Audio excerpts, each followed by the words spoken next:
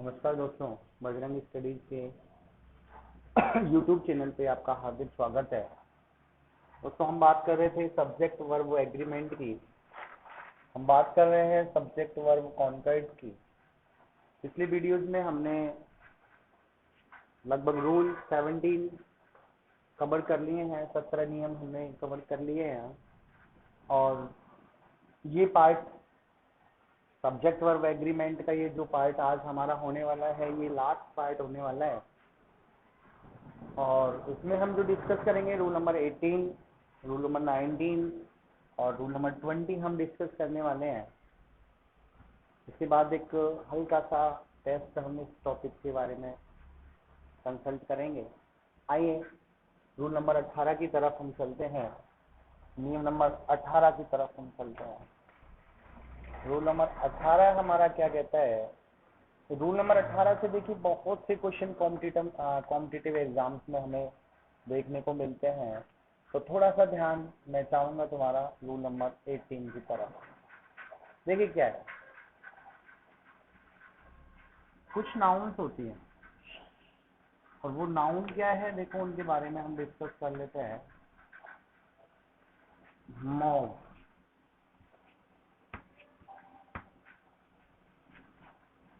Crowd,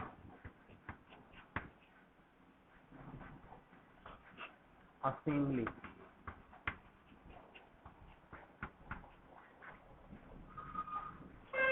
team, army,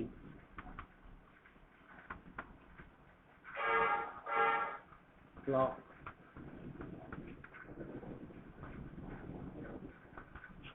hide,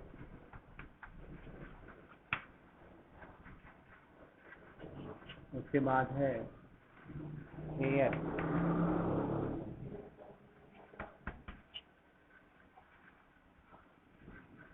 उसके बाद है कपल, उसके बाद है पेयर, इसके बाद है एक और हमें देखने को मिलता है जूरी। देखिए ये नाउन जो है मॉब, मॉब माने भीड़ होती है। और कौन सी भीड़ होती है? हिंसक भीड़, हिंसा वाली भीड़। क्राउड माने भी भीड़ होती है, गैदरिंग माने भी भीड़ होती है। असेंबली प्रार्थना सभा या सभा स्थल हम कह सकते हैं, सभा स्थल। टीम एक दल होता है, आर्मी सेना का समूह होता है, पक्षियों का झुंड फॉल्क कहलाता है।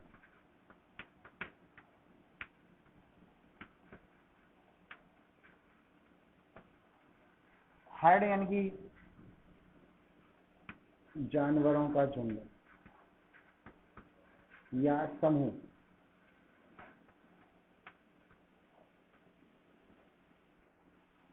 हेयर माने उत्तराधिकारी,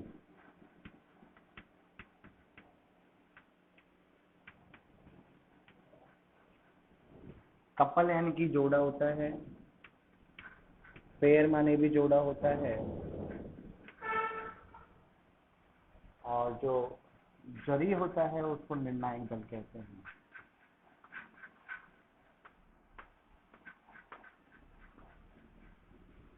आइए कुछ नाउन्स के बारे में हम डिस्कस कर ले। मॉब भीड़ होती है, हिंसक भीड़ होती है। क्राउड भीड़ होती है, नॉर्मली जो क्राउड होती है। असेंबली प्रार्थना स्थल या सभा स्थल कह सकते हैं। टीम कोई भी टीम या कोई भी ग्रुप या कोई भी दल। आर्मी सेना को बोलते हैं। फ्लॉक पक्षियों का झुंड होता है। हार्ड जानवरों का झुंड होता है। हेयर माने उत्तराधिकारी होता है। कपल भी एक जोड़ा होता है, पेयर होता है। तो पेयर एक कपल होता है। जरी एक निर्णायक मंडल होता है। देखिए इन नाउन्स को हम कलेक्टिव नाउन्स बोल सकते हैं। ये जो नाउन है वो कलेक्टिव नाउन का हम इनको रूप दे सकते हैं।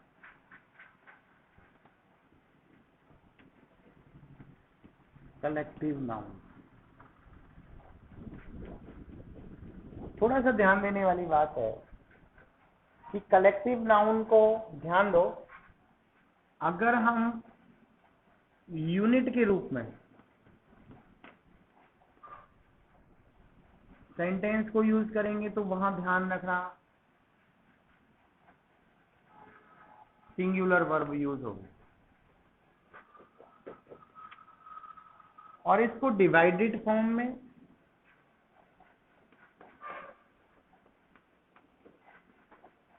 या डिस्टर्ब्ड फॉर्म में अगर हम इनको यूज में लेंगे तो ये plural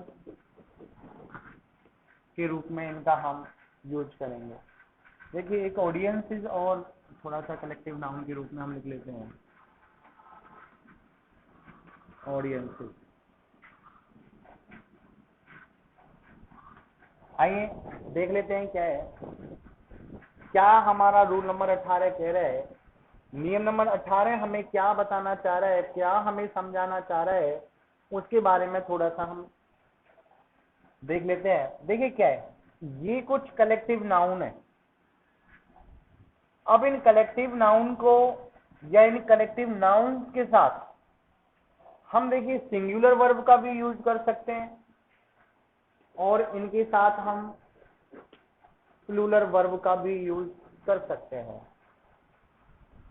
Rule number 18 says that here are some collective nouns, and for these collective nouns we can use singular verb and we can use plural verb। मेरे कहने का मतलब ये है कि यहाँ ये कुछ कलेक्टिव नाउन्स हैं, इन कलेक्टिव नाउन्स के साथ हम सिंगुलर वर्ब का भी प्रयोग कर सकते हैं और हम प्लूरल वर्ब का भी प्रयोग कर सकते हैं। कैसे करेंगे सिंगुलर वर्ब का प्रयोग और कैसे करेंगे प्लूरल वर्ब का प्रयोग, वो थोड़ा सा देख लेते हैं। देखिए यदि ये नाउन हमें किसी यूनिट के बारे में बता रहे हैं, किसी एक चीज के बारे में बता रहे हैं, ध्यान देना, तो वहां इन्हीं नाउन्स के साथ हम सिंगुलर वर्ब यूज करने वाले हैं। और यदि यही नाउन हमें किसी डिवाइडेड फॉर्म के बारे में बता रहे हैं तो ध्यान देने वाली है, वहां हम प्लूरल वर्ब का यूज करने वाले हैं। क्या बात आई समझ में? देखो दोबारा से, नियम नंबर 18 हमारा कहता है कि collective noun mob, crowd, assembly, team, army, flock, herd, hair, couple, pair, jury and audiences, अगर ये कलेक्टिव नाउन्स कहीं हैं तो इनके साथ ध्यान देना हम सिंगुलर वर्ब भी यूज कर सकते हैं और इनके साथ हम प्लूरल वर्ब भी यूज कर सकते हैं। ध्यान रहे, अगर ये कलेक्टिव नाउन मुझे किसी यूनिट का बोध करवा रहे हैं तो यहां मैं इनका सिंगुलर वर्ब के रूप में यूज करूंगा, इनके साथ सिंगुलर वर्ब का यूज करूंगा। और यदि ये मुझे किसी डिवाइडेड या किसी डिस्टर्ब के बारे में, डिस्टर्ब चीज या डिवाइडेड पार्ट के बारे में मुझे बता रहे हैं तो मैं वहां इनके साथ प्लूरल फॉर्म का यूज करूंगा या प्लूरल वर्ब का यूज करूंगा। देखिए क्या है सेंटेंस, एक बार देख लेते हैं, यहाँ एग्जाम्पल से इसको हम क्लियर कर लेते हैं कि ये रूल हमें क्या बताने वाला है, ये रूल हमें क्या समझाने वाला है। देखिए rule number 1, sorry example number 1 क्या है, देखिए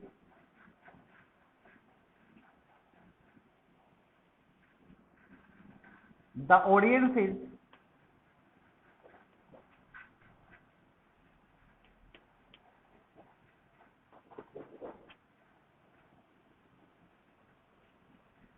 blank has and have taken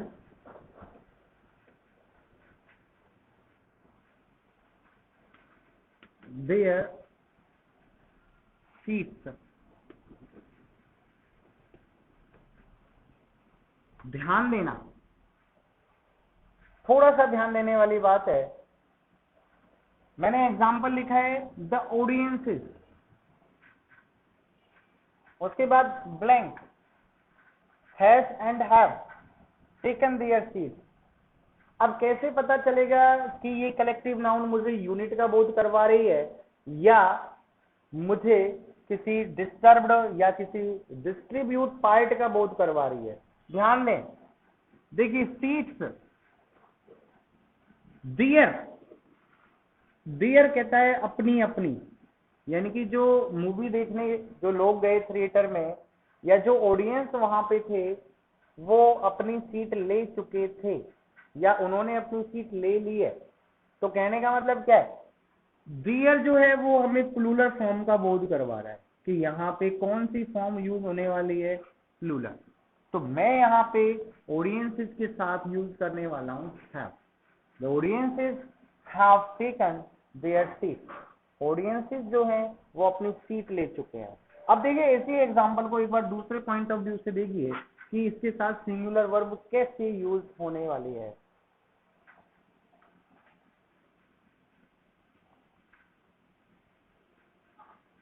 The audience is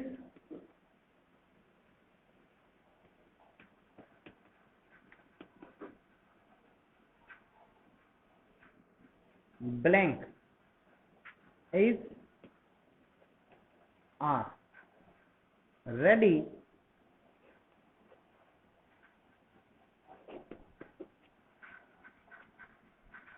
to take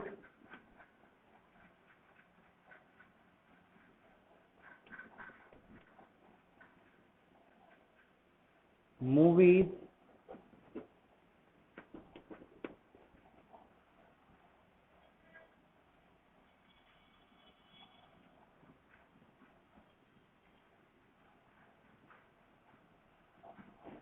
start।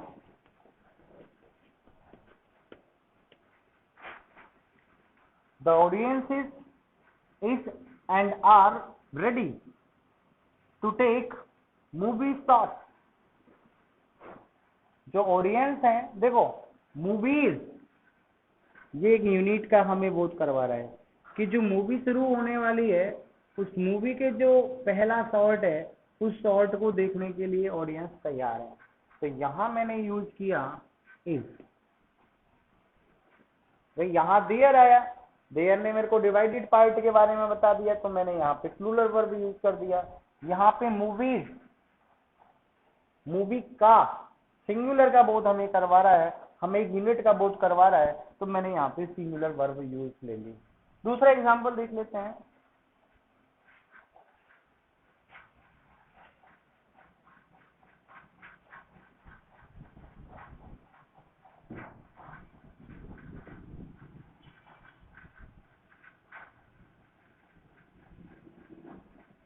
The jury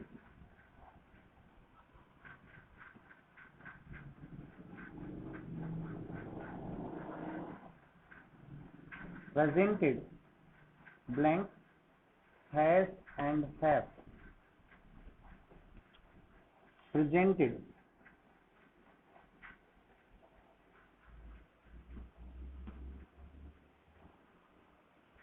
its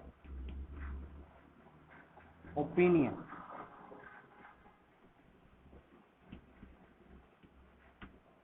number 8। The jury blank has and have presented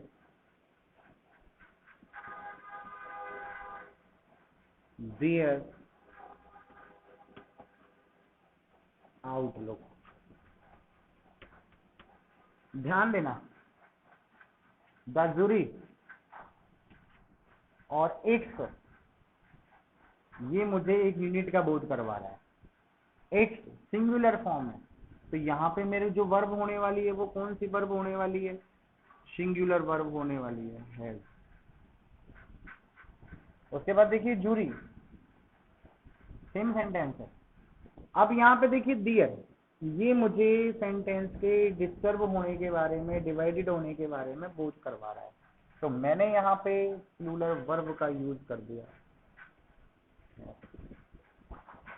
तो मेरे कहने का मतलब ये है कि रूल नंबर 18 मुझे ये कहता है कि ये जो कलेक्टिव नाउन है, इन कलेक्टिव नाउन्स के साथ हम सिंगुलर वर्ब का भी यूज कर सकते हैं, इनके साथ हम प्लूरल वर्ब का भी यूज कर सकते हैं। ध्यान रहे, अगर सेंटेंस मुझे किसी यूनिट के बारे में बता रहा है तो मेरा सिंगुलर वर्ब यूज होगा, और यदि मुझे सेंटेंस किसी डिवाइडेड पार्ट या किसी डिस्टर्ब पार्ट के बारे में बता रहा है तो वहां मेरा प्लूरल वर्ब यूज होगा। एग्जाम्पल देखिए, the jury has presented its opinion. Jury its singular का बोध करवा रहा है, यूनिट का, एक यूनिट का बोध हमें करवा रहा है, तो यहाँ पे मैंने सिंगुलर वर्ब यूज लिया। यहाँ मेरे को देखिए ये डिवाइडेड पार्ट के बारे में, डियर डियर डिवाइडेड पार्ट के बारे में बता रहा है, तो यहाँ मैंने प्लूरल वर्ब यूज लिया। आइए आगे चलते हैं रूल नंबर 19 की तरफ। रूल नंबर 19 हमें क्या कहता है, ध्यान दें कि जब कोई रिलेटिव प्रोनाउन, और रिलेटिव प्रोनाउन से मतलब तो हमें सिर्फ 3 का ही ध्यान रखना है। अगर इसमें कोई क्वेश्चन बनता है ना मोस्टली, तो वो 3 रिलेटिव प्रोनाउंस को लेके ही बनाए आज तक, अभी तक तो सब्जेक्ट वर्ब कॉन्कर्ड में। वो 3 रिलेटिव प्रोनाउन क्या कहते हैं, देखो वो कहते हैं कि भाई अगर हम किसी सेंटेंस में यूज हो रहे हैं तो हमारी कुछ कंडीशन है, और हमारी क्या कंडीशन है वो आप देखो क्या कंडीशन है। अब हमारा रूल नंबर 19 फॉलो करता है, और रूल नंबर 19 हमारा क्या कहता है वो बड़े ध्यान से देखने वाली बात है।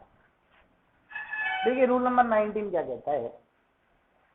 रूल नंबर 19 कहता है कि यदि किसी सेंटेंस में who, relative pronoun who, relative pronoun विच और रिलेटिव प्रोनाउन दैट, ये 3 का ही मोस्टली क्वेश्चन पुटअप होता है एग्जाम में, और मोस्टली इनसे ही रिलेटेड क्वेरीज पूछी जाती हैं। यदि सेंटेंस में हु रिलेटिव प्रोनाउन हो या विच हो या दैट हो, कोई सा एक होगा, तीनों तो हो ही नहीं सकते, तो इनके बाद हमें वर्ब यूज करनी है साहब, इनके बाद हमें वर्ब यूज करनी है। लेकिन ध्यान रहे इनके बाद जो वर्ब यूज होगी ना, तो वो इनसे पहले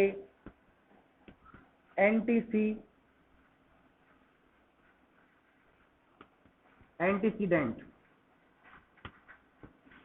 मतलब इनके पूर्वगामी पद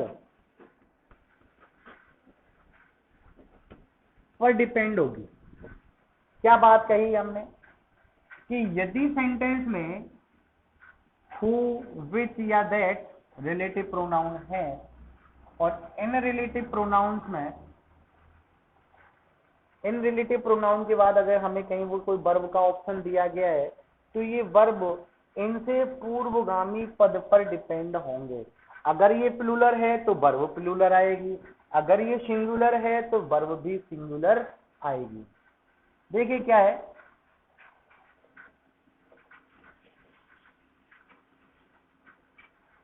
example number 1, he has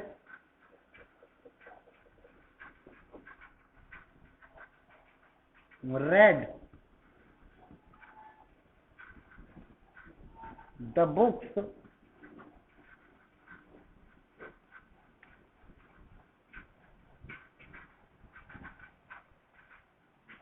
which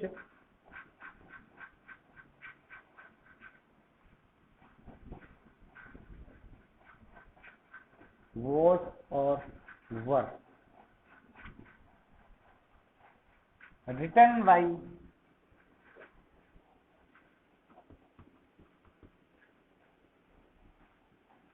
me। दूसरा सेंटेंस है,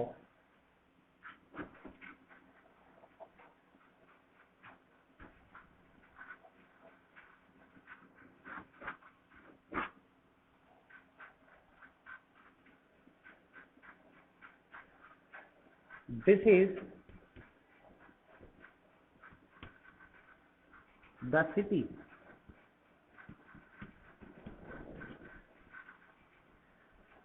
which blank is are known as pink city.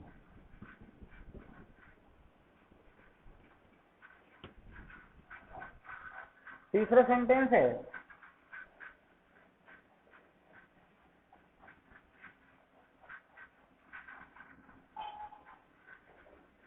these are the boys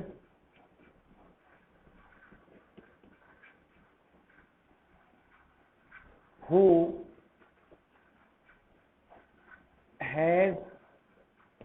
have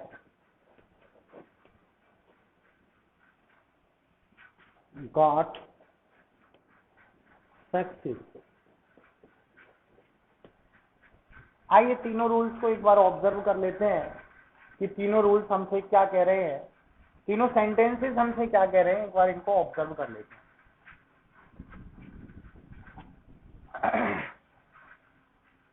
देखिए इनको पकड़ो, तीनों को, तीनों रिलेटिव प्रोनाउन को पकड़ो।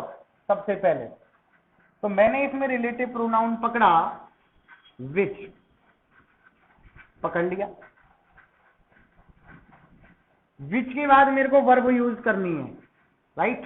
विच के बाद मुझे वर्ब यूज करनी है, लेकिन विच से पहले देख लो क्या है। विच से पहले जो नाउन है या विच से पहला जो एंटीसीडेंट है, जो पूर्वगामी पद है, ये मेरा प्लूरल है। देखो बुक्स क्या है, प्लूरल नाउन है, तो यहां पे मेरी जो वर्ब है वो प्लूरल यूज होने वाली है।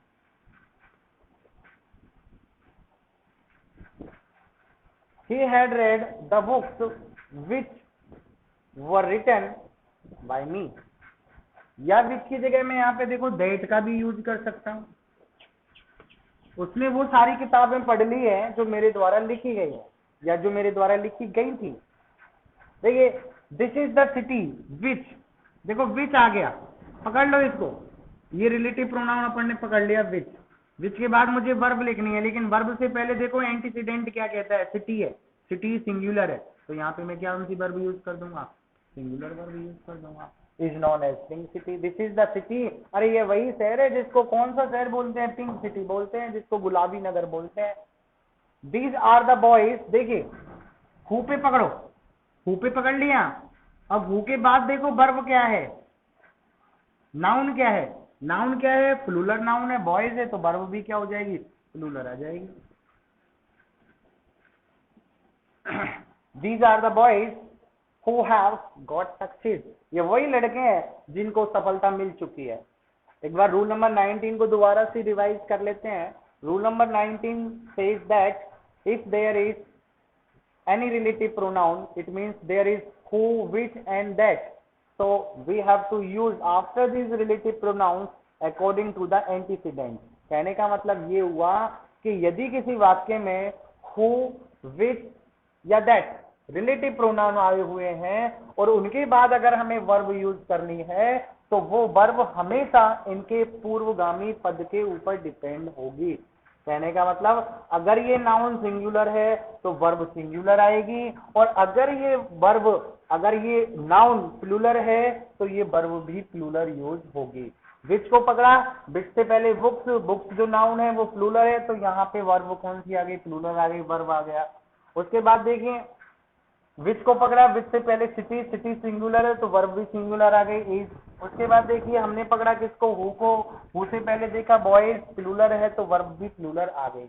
आइए चलते हैं आज के लास्ट नियम की तरफ, और लास्ट नियम जो हमारा है वो है रूल नंबर 20। और रूल नंबर 20 हमें क्या कहता है, बड़ा सीधा सीधा सा लॉजिक है कि ऑल, ALL ऑल, ऑल जहां भी कहीं दिखे आपको तो ध्यान रखना, ऑल के साथ सिंगुलर वर्ब भी यूज होता है और ऑल के साथ प्लूरल वर्ब भी यूज होता है। आइए क्या कहता है रूल नंबर 20, आइए क्या कहता है इस टॉपिक का लास्ट रूल, वो देख लेते हैं एक बार और। रूल नंबर 20, देखिए रूल नंबर 20 क्या है, हमारे पास ऑल होता है, ऑल, ALL ऑल। अब देखिए इस ऑल का मैं सिंगुलर के रूप में भी मैं इसका यूज कर सकता हूं और इसका मैं प्लूरल के रूप में भी मैं इसका यूज कर सकता हूं। मेरी शर्त होंगी कुछ जो मुझे फॉलो करवाने के लिए मजबूर करती हैं। अगर मैं ऑल का यूज किसी पर्सन के लिए कर रहा हूं, ध्यान देना, किसी व्यक्ति के लिए मैं अगर ऑल का यूज कर रहा हूं तो वहां मेरी वर्ब प्लूरल यूज होगी। और अगर मैं ऑल का यूज कर रहा हूं किसी थिंग्स के लिए, किसी वस्तु के लिए, तो ध्यान रखना वहां जो मेरी वर्ब है वो सिंगुलर वर्ब यूज होने वाली है। आइए कुछ एग्जांपल्स से इनको क्लियर कर लेते हैं। देखिए, ऑल ब्लैंक वर या was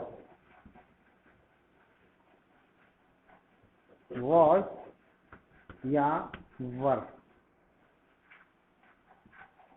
excited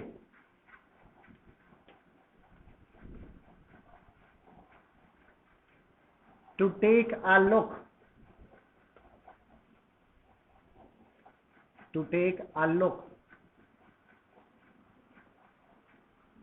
of Virat Kohli.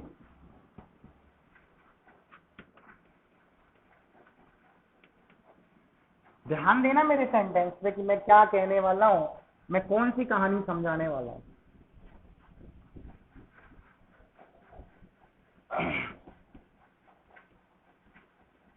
All the glitters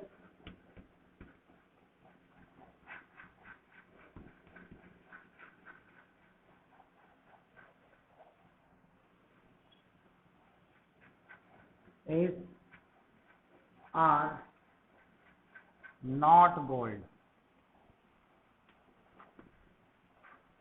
और देखिए,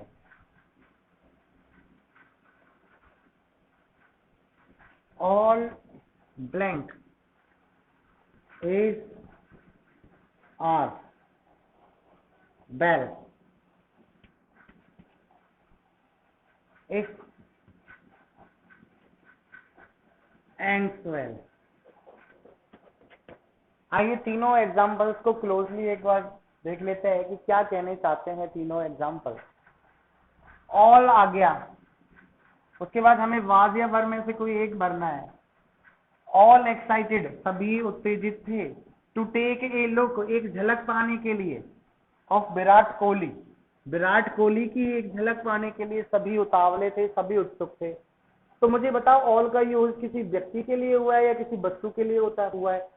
तो ध्यान देना यहाँ किसी पर्सन के लिए होता है, और जब पर्सन के लिए होता है तो वर्ब प्लूरल यूज करते हैं। तो यहाँ पे वर यूज हमने कर दिया। All were excited to take a look of Virat Kohli, सभी लोग विराट कोहली की एक झलक पाने के लिए उतावले थे या उत्तेजित थे। देखिए, all the glitters blank not gold, सभी वस्तुएं जो होती हैं, ग्लिटर्स का मतलब वस्तुएं, नॉट गोल्ड, सभी वस्तुएं जो होती हैं वो सोना नहीं होती हैं। तो देखिए ऑल का यूज किसके लिए हुआ? थिंग्स के लिए हुआ। तो थिंग्स के लिए कौन सी वर्ब? Singular verb. तो यहाँ पे क्या जाएगा? Is. All the glitters is not gold, सभी चमकने वाली वस्तुएं सोना नहीं होती हैं। ऑल इज वेल, सब कुछ ठीक है। इफ एंड्स वेल, यदि किसी चीज का समापन ही सही हो गया तो सब कुछ सही हो गया। तो देखिए रूल नंबर 20 को एक बार दोबारा से रिवाइज कर लेते हैं। रूल नंबर 20 क्या कहता है कि ऑल हमारा जो है वो दोनों रूप में प्रयुक्त होता है। उसको हम सिंगुलर के रूप में भी प्रयुक्त करते हैं, उसको हम प्लूरल वर्ब के रूप में भी प्रयुक्त में लेते हैं। अगर ऑल का प्रयोग किसी पर्सन के लिए हो रहा है तो वहां प्लूरल वर्ब यूज होगी। यदि ऑल का प्रयोग किसी सिंगुलर, अगर ऑल का प्रयोग किसी वस्तु के लिए हो रहा है तो वहां पे सिंगुलर वर्ब का यूज होगा। एग्जाम्पल से सब कुछ क्लियर है? ऐसा है, आपको ये क्लास पसंद आई होगी। अगली क्लास में हम इस टॉपिक से रिलेटेड कुछ एक्सरसाइज करने वाले हैं। ज्यादा से ज्यादा वीडियोस को देखने के लिए हमारे यूट्यूब चैनल वज्रंग स्टडीज को लाइक करें, सब्सक्राइब करें और हाँ, कमेंट करें। नमस्कार दोस्तों।